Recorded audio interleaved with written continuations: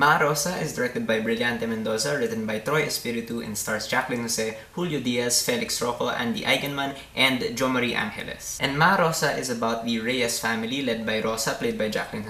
They're a poor family who are pretty well known in their little community, especially because they sell crystal meth on the side, that's right. And one evening, Rosa and her husband, played by Julio Diaz, get busted and taken into police custody, and now they have to figure out how to get out of their situation. Now, the thing that really pulled me into watching Ma Rosa is the fact that, of course, Jaclyn won the Cannes Film Festival Award for Best Actress for this movie. She's the first Southeast Asian actress to do so. And I'll say this about Ma Rosa, it has Brillante Mendoza's trademark intense style. Most of the acting is quite good, but it is ultimately a pretty empty movie. First of all, you have to understand that if you're already not a fan of Brillante Mendoza, this movie is not going to change your mind because it really is more of the same. But if you do like his style, then I think you might really enjoy this. It's shot like a handheld documentary, the cinematography is suitably drab, the production design is very bare, but in Brillante Mendoza's hands, all these things actually do work very well. He has real talent in immersing us through the way he just kind of allows his actors to naturally move around the set. And he's really, really good at making settings come across as authentic because they pretty much are authentic. And he really allows us to feel these characters' situations by not really saying a lot. And I had an interesting thought process while watching this movie with regard to its sound, because at first I was really impressed with how crisp everything was despite like the chaos happening.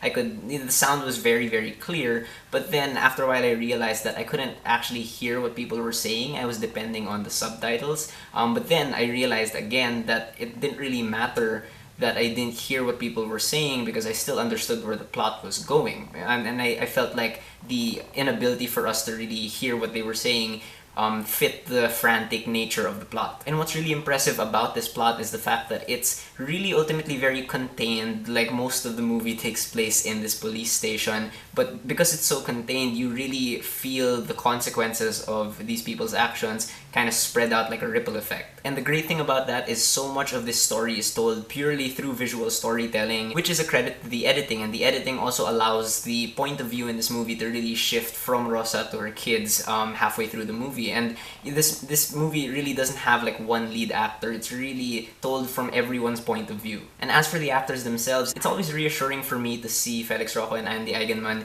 in different movies, especially independent films, because I know that they're talented and they do very well here as well. But I was very, very impressed by Julio Diaz, who plays Rosa's husband, who is always great, and here he's great as well, because I thought his character would be just like this one-note character throughout the movie. For the most part, he is, but he adds some sympathy to this character that I was not expecting. And of course, Jaclyn really is great in this role. She's not in the movie as much as you might expect, but she is really, really good at creating this character just through her body language. You know, just in the first 20 minutes, I already saw Rosa as this fully formed character, and I understood where she was coming from, and I understood her motivations just through almost like no dialogue. However, I think Jo Marie Angeles, who plays the youngest son, I believe, just for me is the only weak link in this cast. He's functional, but I don't think he was able to bring the gravity that I felt his own little arc needed. And of course, like I said, this is pretty much a typical Brillante Mendoza movie, and that comes with its downsides. Like, this movie is, for one,